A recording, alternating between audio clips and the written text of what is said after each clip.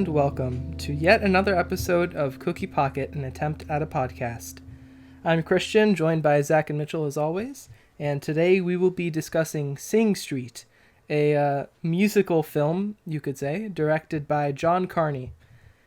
And it follows a young man and his friends that go to a private Catholic school who look to music to sort of escape from their personal lives, and this young man becomes smitten with a young girl who is a model, and he gets her to be in music videos with him, and then they eventually run away to London at the end. So yeah, it's a aspirational film, you might say. Would have never anticipated that. Yeah, no. Yeah, so we'll start the way that we always do. I'll ask both of you for your general impressions and ratings out of 5. Well, I thought that it was a fine, enjoyable film. I did not dislike this film in any respect, but I thought it was kind of, more or less kind of a typical coming-of-age musical. It hits those typical sort of fun musical beats. We've got our likable teen characters. The songs, I think, are pretty predictable, the sort of thing you generally get in a movie like this. I do like that they didn't shy away from kind of the poverty and grunginess of Ireland and Great Britain during the 1980s, because I think that lesser filmmakers might have set it in the 80s to get that kind of vibe and then just ignored the economic difficulties of those times. So I like that they included that. But other than that, I thought it was kind of a typical 3 out of 5 musical. Enjoyable, but nothing to write home about. Okay, Mitchell? Yeah, I more or less agree with Zach. I liked it. It was good. I mean, the original music was definitely a lot better than I would have anticipated. Yeah. It's very grungy, which is fine, I guess. I mean, grungy music is not my favorite genre, but I mean, that's just my personal opinion. In terms of what it was going for, I mean, like, really, that was very good. It really fit the aesthetic perfectly, and like Zach had said, the impoverished parts of it and like those really detrimental times and the family issues and things like that were all very realistically portrayed, and the actors were really good for that. And yeah, the romance was like way, like they obviously knew they were trying to be really cliche with it, so they decided just to hit every single possible cliche and just really push it hard. And you know, that's like, you know, it's a creative decision. You know, it was obviously made on purpose, so I'm not a big fan of that type of thing, and I don't think that's. I think it's, in some cases it can be a scapegoat, but yeah, it was a 3 out of 5 for me as well. I wasn't really, you know, terribly like, you know, I wasn't sobbing at the end, I'll tell you that. Oh, no. But it was okay. I mean, it was really optimistic, and like even when it was really sad, I knew immediately, you know, okay, when is the big sad part gonna happen? When everything looks terrible? Okay, there it is, and then everything gets back, you know, oh, it's super happy now, and they're like, oh, we're going to run away and stuff like that. And, I mean, that's okay. But, I mean, it's really just what your preference is. I mean, if you're looking for something like that, then that's up to you. But, I mean, in my opinion, I don't think it's the best possible thing they could have done. I think there was definitely a lot of things they could have done better in terms of just being aggressively cliche 90% of the time. Yeah, it is very formulaic. You can really tell, like, oh, here comes the Dark Night of the Soul. And there it is. Like, you can really tell, like, when things are going to happen, and pretty much to a T throughout. Yeah, I don't disagree with that. It's definitely got its moments of cliched nature. I gave this movie a 3.5 out of 5, just a little over what you two gave it, because you and your 0.5s. Yes, me and my 0.5s. You can't take them away from me. No. And I pretty much agree with every critical observation both of you have made. And I think my 0.5 bump just comes from a personal preference note of enjoying this film and the music, both the original music written for the film and the band Sing Street, as well as the Duran Duran bits and the Cure bits and references to Depeche Mode and underhanded comments about Phil Collins, notwithstanding. And, you know, I think it does a really good job of just immersing you in the setting. And I actually think the gritty grossness of Dublin, like, in fact, on one of the sets where they're shooting their music videos, there's, like, swastika graffiti behind the band. Yeah. And it's like, you see those rough bits a lot, and I think that really nicely juxtaposes the cliches that they maybe push a little too hard. And I think of a lot of the Sing Street, the band, I think of a lot of their music as very poppy and of that time. Yeah. Even though he keeps calling himself a futurist, he's kind of just a pop musician. Because he's impersonating other people that he's heard called futurists. Yeah. Right. And his older brother has got this whole thing about being the next big thing.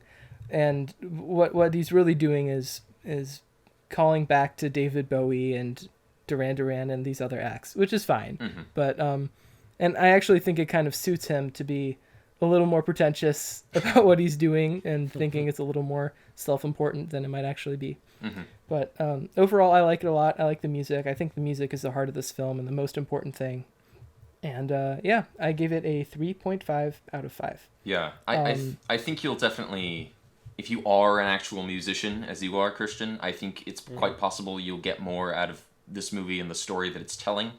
Mitchell and I commented before our conversation here that this kind of feels like a Christian Maric movie, or the Christian Maric movie. It very much does feel like kind of the sort of story you would resonate with. So I think if you are a musician, you'll connect to this a lot more, probably. Yeah, that's fair. I have no counter to that. So the next beat I wanted to hit is about the soundtrack and the music. I really think that that's the most important part of this film. I thought that the bits that they kind of weave into the film overall work really nicely. And in an interview that the director gave, John Carney, he states that he likes the idea of his musical film being like a secret musical sort of thing, where you go into the movie not really knowing it's a musical, but the band actually performs and you hear the songs and the recordings as you see montages of the music videos, and it kind of hits you while you're watching it, oh, this is a musical, instead of characters spontaneously breaking out into song whenever they feel something. Yeah. So I actually think that suits the medium of film a lot better if you're going to make a musical, it being a sort of a woven into the story type deal.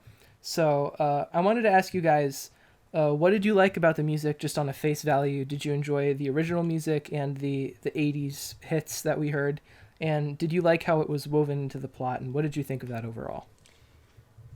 I thought they chose great songs of the time to include in the movie. Things like Rio, they have Maneater in there at some point. I thought they chose these great pop songs of the time for Sing Street to kind of impersonate in the movie.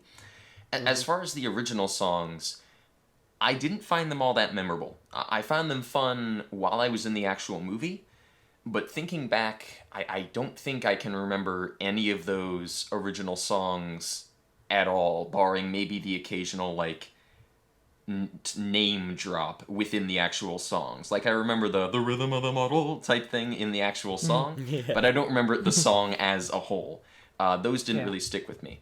But at the same time, I think in a musical, kind of the purpose of the original songs should be to teach us more about the characters or to move the story forward.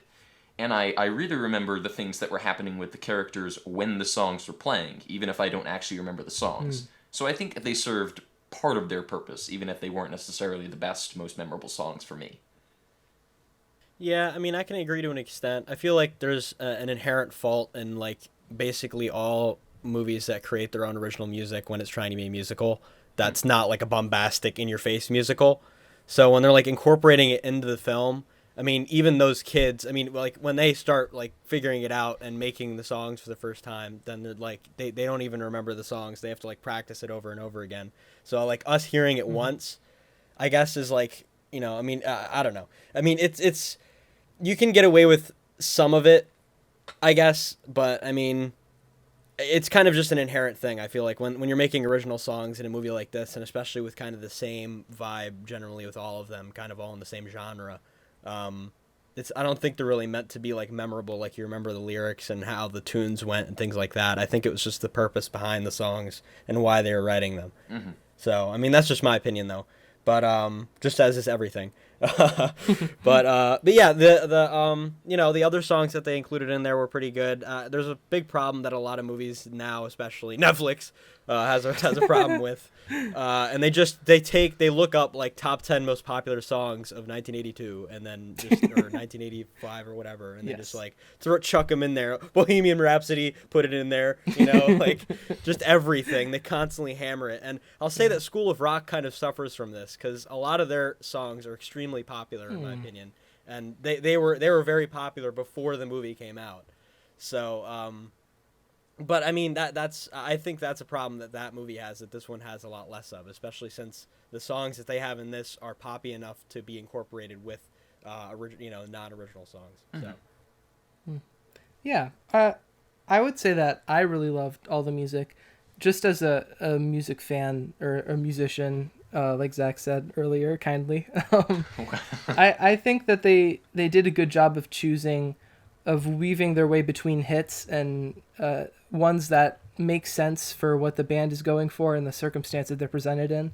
Like when they're watching Top of the Pops and they're showing Rio. Like, it makes sense that they would be showing a massive hit like that song, so it makes sense.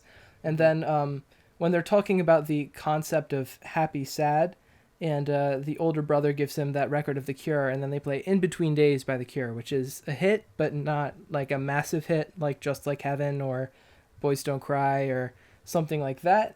And it kind of sounds happier, but it's still got like the saddish lyrical taste of The Cure underneath it. And I don't know, I thought they did a really good job of weaving those bits into there. And the only songs that I think we really hear in full, we hear Rio, but they're talking over it, and there's kind of important dialogue while that's playing. Yeah. And we hear, I think, In Between Days by The Cure is the only song that we really hear in full, basically uninterrupted. And there's like Zach said, that bit of Maneater. Yeah. And some other stuff. But generally, I thought that was woven in really nicely. And I like their original music quite a bit, personally. Mm-hmm.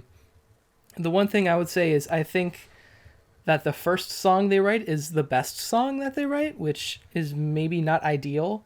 Or at the very least, I found it the most catchy, the way that you've got the guitar chords, and then the synth kind of has this thing going, and the bass is playing in a different rhythm.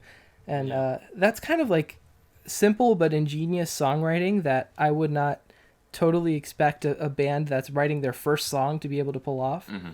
But I think it's difficult to balance that good music aspect with the realistic growth as a musician and as a band throughout the story. So and they set a precedent for like how they make their songs too. So that's probably why it also sounded a lot better to us, because we could actually pick it apart a lot easier. Mm-hmm. So I didn't think it was the best song, but the kind of musical sequence that stuck with me the most was their second song. I think it's their second song. I think it's called like Up or something like that. Yeah. And the scene where he gives it to the girl and they cut back and forth as she's kind of like taking off her makeup. And I think that's a great sequence, because through the song and her reaction to the song and what she's doing while she's listening to it, we learn a lot about her, and we kind of get to see pass through the sort of facade that she puts up. I think of all the songs in the movie, that's kind of the one that, to me at least, revealed the most about our characters, and that's kind of the one I got the most out of in the film, at least. Yeah, it's a great song and a great moment of visual storytelling. Even if the symbolism is a little heavy-handed, I think it works well. My next point, kind of related to what we just discussed, is the formation of the band and the band members. And I was wondering how you guys thought they juggled the believability of them sounding any good, and the band members kind of being their own characters and their own personalities that are interesting and contribute to the film more than just being a person that plays bass guitar, for example. So I think that they kind of need to justify their purpose a little bit more than just being another band member. And we get that a little bit in the formation of the montage, but I wanted to ask, did you like any of the band members in particular? Do you think they fulfilled their purpose beyond just being another band member? And do you think that their talent and growth as individual musicians made sense to you? I think they did a pretty good job at differentiating the members of the band. My favorite character in the whole film, probably, next to Connor's brother, was the guy who I think he plays bass. Yeah. The guy who really likes rabbits. I really liked... no, he plays guitar, and Okay. he also plays everything, but he plays guitar Alright. in the band. I reveal my musical ignorance here. The guitar Wasn't player gonna say anything, Zach. who really likes who really likes rabbits. I really liked his character because he kind of has those weird tics that I think every person does. Most people that we call like normal have some strange weird thing that makes them stand out, and to me that made his character feel a lot more real. Because he's a pretty normal guy who likes music and can play a lot of instruments, but he just happens to really love rabbits. And it's just that one little detail that makes him, I think, a lot more interesting and real as a person. I also think they did a pretty good job with the kid that dresses like a cowboy with the vampire teeth in the first music video. I think the only people they didn't really do a great job at differentiating as characters were the guy that signs up with the cowboy kid to be part of the band. I think he says like one or two lines when they first sign up, and other than that, he's just... I think he's the drummer, and he's pretty much silent for the rest of the movie. And then they differentiate their keyboard player, vocabulary. The guy who plays the keyboards, who's the one black person in the band. I think they do a decent job of giving him character in that opening scene, but after that, once again, he doesn't really talk. And then, also, I thought they did a pretty poor job at developing... he's not really in the band, but their roadie, the guy they hire towards the end. Producer / cameraman. The bully or the bully the they hire is the roadie. Okay. Okay. I thought, like, oh, we're going to get him to be the roadie. We're going to have some sort of turnaround here, because he's been, like, a serious tormentor of our characters for most of the film. And he just says, yeah, okay, I'll do it. Like, all my animosity towards you is gone. I'll be your roadie. I'll pull your stuff around for you. I felt like there could have been much more of a transformation there, and we could have learned more about him. But otherwise, I would say they probably did a 50-50 good-bad job at developing the members of the band. Yeah, I would pretty much agree. I also would agree, Zach, that Connor's brother, Brendan's definitely my favorite character. But, yeah, the guitarist, and especially when Connor and him are talking together, it feels extremely organic. Like, it was way more organic than every other scene. So whenever they were talking and, like, writing songs, it totally looked like they were actually writing songs together and talking. And they had that guy steal the bike, and he, like, freaked out. He was like, go get the bike. Like, they just had, I mean, I know it was, like, some random thing thrown in, but, like, it's just, you know, it's, like, a natural thing to happen. Like, you're just, like, leaving your bike back there, and it happens, and it's just, like... that's what I liked him the most for. And also the rabbit scene was also very funny, and gave him more character. But yeah, as far as the other band members, I don't even remember any of their names, to be honest. But I will give the film some credit, I guess, because they don't actually like say their names very often, which I guess is a natural thing. But I mean, you know, the keyboardist was okay. I guess when they were all being introduced was probably my favorite part of anything the band ever actually did besides play music, is actually getting the whole band together in the first music video. Yeah. And yeah, the producer and the / cameraman, that kid was kind of funny. The ginger-haired kid with like the braces and stuff. He was funny. I could tell he was kind of supposed to be like the younger kid, but like is really witty and has, you know, some comedic relief. So. But yeah, beyond that, I mean, they were all right. I would pretty much agree with Zach. It was 50-50 for me, too. Yeah. You pointed out those songwriting sequences, Mitchell. I enjoyed those a lot, too, and I agree they felt really organic, partially because when they're talking about what they're going to write, they kind of speak in these low, mumbled tones that most people communicate in when they're talking about something or creating something. In lots of movies, when people are, like, writing a song or a script or something, one of them, like, gets up and goes, "That's it! That's the thing we gotta do!" And there's, like, that, like, false theatrical air to it. But here, they're just like, yeah, I like that. Maybe we'll do that. I don't know. Maybe. Like, there's that hushed, real air to it. Yeah. I really love the songwriting bits as well. I think my favorite exchange between Connor and Eamon is... Connor reads the lyrics aloud to him, and he's like, "I like that. It's cool. What does it mean?" And Connor's like, "I don't know."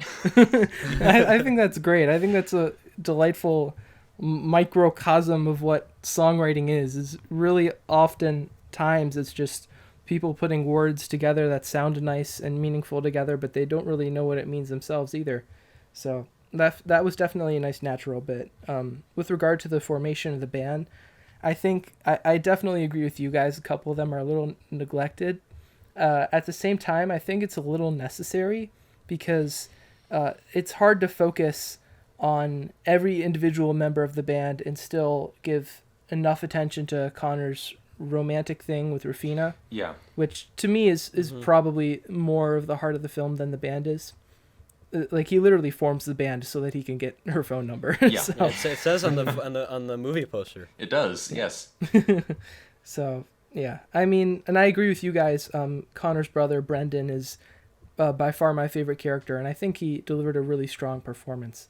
And I think you guys might find it interesting that I was reading a little more about John Carney and his approach towards this film, and apparently there were many casting calls to find actors that played the instruments to play the band members, but he didn't really want like trained child actors because he said something along the lines of, I don't want them to have the same bad habits that all child actors have. and so I think Diary it of a Wimpy definitely Kid. came off as more natural that he cast people that weren't really prominent actors, that were people that played those instruments that were from the UK that could pull off an Irish accent, I guess. Or maybe had an So- Irish accent. Yeah, for sure. So yeah, I thought as far as the band members go, I think he did as well as he could with it without detrimenting Connor and Rufina in turn. Yeah. There's definitely a way you could do this movie as like a 3-hour epic where every member of the band has like their own story, but this is not the movie to do that with. Right. This movie Yeah, sits at yeah. 90 minutes, and that's just where it should be. So, Yeah, I think the nicest thing about this movie is kind of its collection of moments, and I really think that's strong. That's realized the strongest in their first music video, "The Riddle of the Model," especially when Zach, you mentioned the bass player with the vampire teeth. yes. And he brings him in, and he's like, well, "We're not shooting a horror flick here." But then the last shot of the music video is him just sitting in the back of the car with the teeth out, and it's just such Yeah. like a nice little beat. He And, got it in there, you know? Yeah. It's all about. It's kind of nice how the film can collect these little moments to enhance the relationships, and at the same time, they're collecting these little moments for their music videos and for their band. So it's kind of like a double effect. I think that's achieved well. My next question was about favorite characters, but I think we all agreed already that Brendan was our favorite. Yeah. So I'll revise a little bit to ask, did you guys have a favorite scene or a moment, a bit of dialogue or anything that stuck out to you in particular in this movie? The first music video. I think that's my favorite scene. Oh, sorry.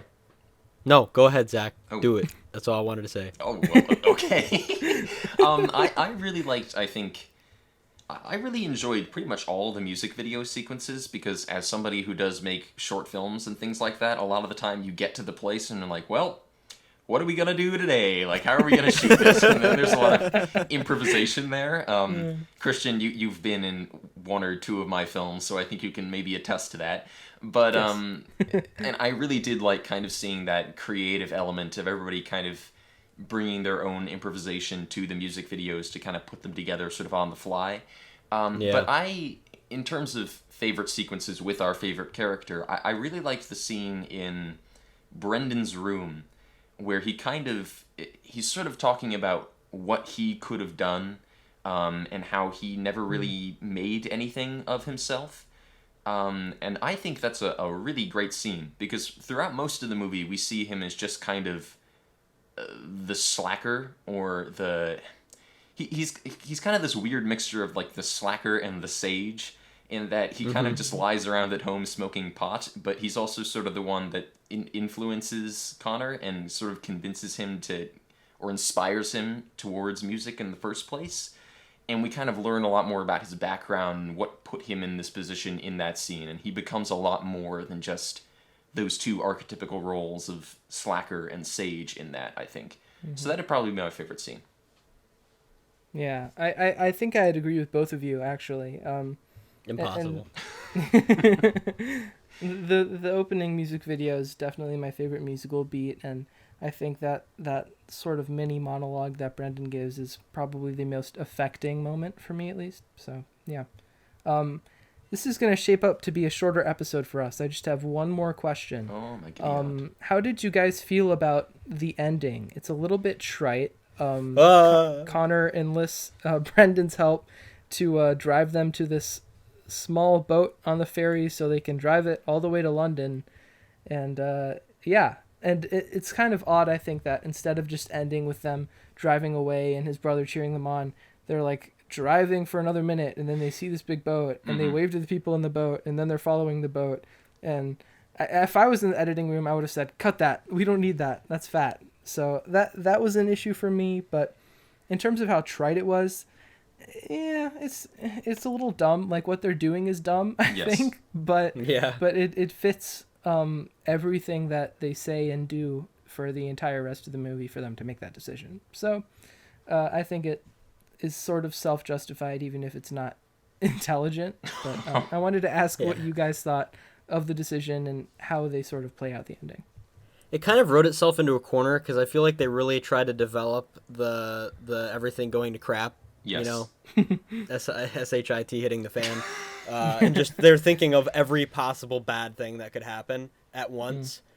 And they didn't really have enough time to recover from that. They did not leave enough time to recover from any of that at all. Like, they pretty much just said they used the tone of the movie to basically get out of that and just say, let's just throw everything. Let's just go. We're just going to England. Let's just be free. You know. I mean that fits the tone, but like, I still feel like a lot of loose ends just were completely left. And I know it's like I said, I know that's kind of the point.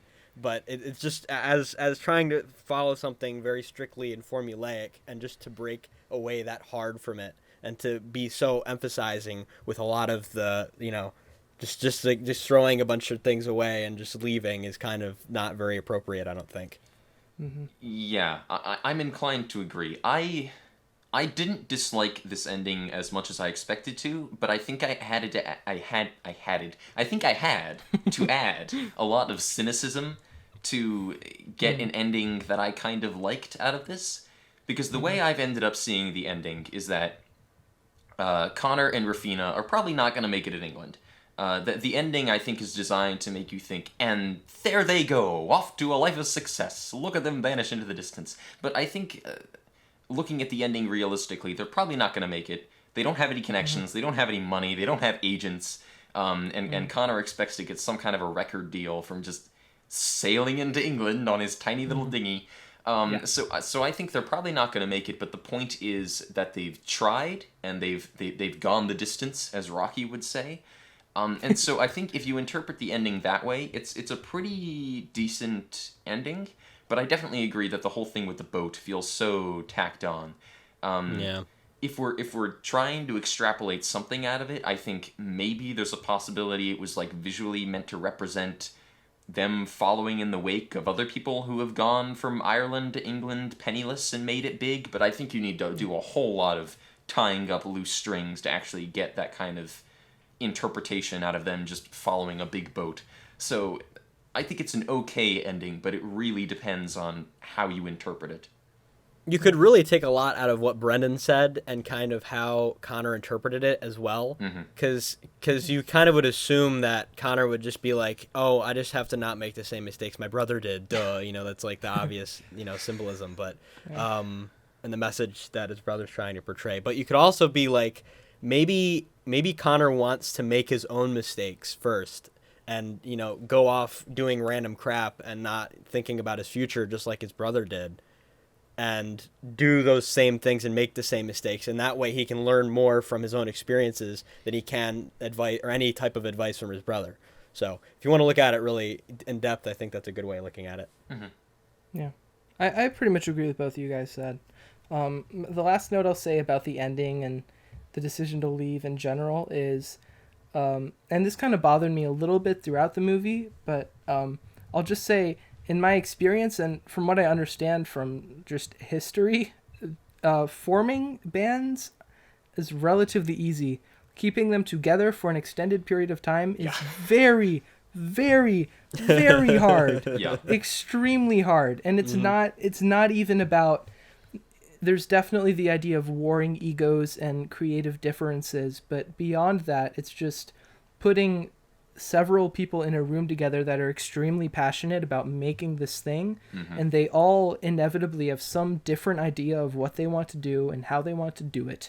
And Connor talks to Eamon about leaving, and Eamon's like, we'll be fine, the band will be fine, just come get us after we get a record deal. Well, good thing the three of us are single.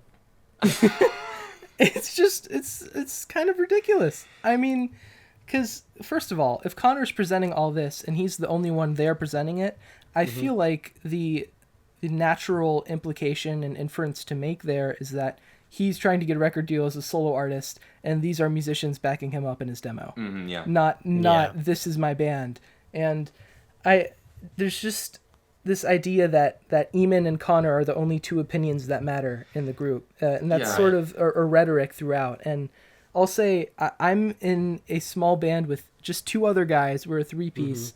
And they're both younger than me, so I don't see them as often now because I'm in college. Yes. I'm not going to name drop them. But, we love playing together, but there's always like these organizational difficulties, and it's difficult to meet up. It's just a very, very hard thing to keep a band together and to keep it running for years. And I think this film kind of is a little lazy in that regard. And that's like my only real criticism with this is like Eamon and Connor are the only two opinions that matter. But outside of that, I enjoyed it a lot. If you guys don't have any final thoughts, I think it's time for the rundown. Oh, I was going to say it's kind of ironic that they have troubles keeping things together when they're going from a school that's all about organization and strictness and keeping things together, keeping things the same. I guess it's kind of like they go off on this creative trail of I don't know, just doing random stuff, like I was telling you, Christian, Chaz in Seattle. just doing like random stuff and like coming up with songs and whatever. And it's like, and then they end up coming to the same problems that their own society tells them they're going to have in the first place. But it's all about the love, man, and the music, and the romance and things like that. And that's what's most important. As long as you got that, you're doing fine. So yeah, it's interesting you should mention the school. This wasn't something I was even going to bring up, but as somebody who was in a British private school for many years, I was surprised at it's in Ireland, so I guess you could say it's across the pond from where I was, but I was surprised at the depiction of the Catholic school towards the beginning as, like, kids are throwing things at each other and the teacher's not even paying attention. Because my experience with private school in Britain was all the kids were extremely well behaved. That's probably the best behaved institution I have ever been in. We were kind of educated from a very young age to follow the rules to a T, so I was kind of taken aback by that sort of portrayal, but I'm sure there's other schools like that in Britain that I was just not exposed to as a whippersnapper. A lot can change across the pond. A lot can change across the aisle. We're thankful for that perspective nonetheless, Zach. Yes. All right, I think it is time for the rundown. Sing Street edition. 1 minute, we will tell Zach things about this movie that's stuck out to us that may be humorous or may just be for pure shock value. And Zach will give us a rating out of 5 corresponding with that thing. All right. Mitchell, are you ready to start us off? I'm ready. All right. I'm ready. 3, 2, 1, go. Duran Duran. 4 out of 5. The Riddle of the Model. 3 out of 5. No telephone, just call in. 2 out of 5. The statement that no woman can truly love a man that listens to Phil Collins. 1 out of 5. Ooh, Dublin, Ireland. 3 out of 5. Drowning a student for wearing makeup. 3 out of 5. Cheesy background guitar strumming Christian obviously did. 3 out of 5. Jumping into water without knowing how to swim. 4 out of 5. Being an attractive captain that says aye aye. 3 out of 5. The Cure. 3 out of 5. The concept of happy sad. 4 out of 5. Boomers that don't know the Beatles invented music videos. 3 out of 5. An 80s aesthetic. 3 out of 5. Lucy Boynton as Rafina. 3 out of 5. Brown shoes, as in the song. 3 out of 5. Brown shoes in the Oh, overtime. Oh no. Darn. We had a lot left over on this one, but I think Brown we got shoes through is the in the good shoe. What could the shoe be? Shoot. Oh, you'll never know. No, I won't. ones. Yes. No one ever will. That's the nature of the rundown. as I like Indeed. to say. All The right, nature of the rundown. Oh, there you go. All right. Passing it off to whichever one of you two is hosting next, because I can't remember. That's can't remember me. It's Zacharoni. It is. So next time, as I like to say, I'm taking us back to Weirdsville, but not too weird this time. Next time, Thank we're going to be goodness. talking about the Jim Jarmusch film Dead Man, starring Johnny Depp and an ensemble cast. It's a sort of abstract art film meets revisionist Western. And I think it's totally different to pretty much anything else we've talked about on this show. I think it's going to be an interesting conversation next time we meet up. So tune in next time if you want to hear us talk about Dead Man. Awesome. Thanks, everyone, for your time. Thank you for listening to our listeners, and we hope you join us next time for Dead Man. See you next time.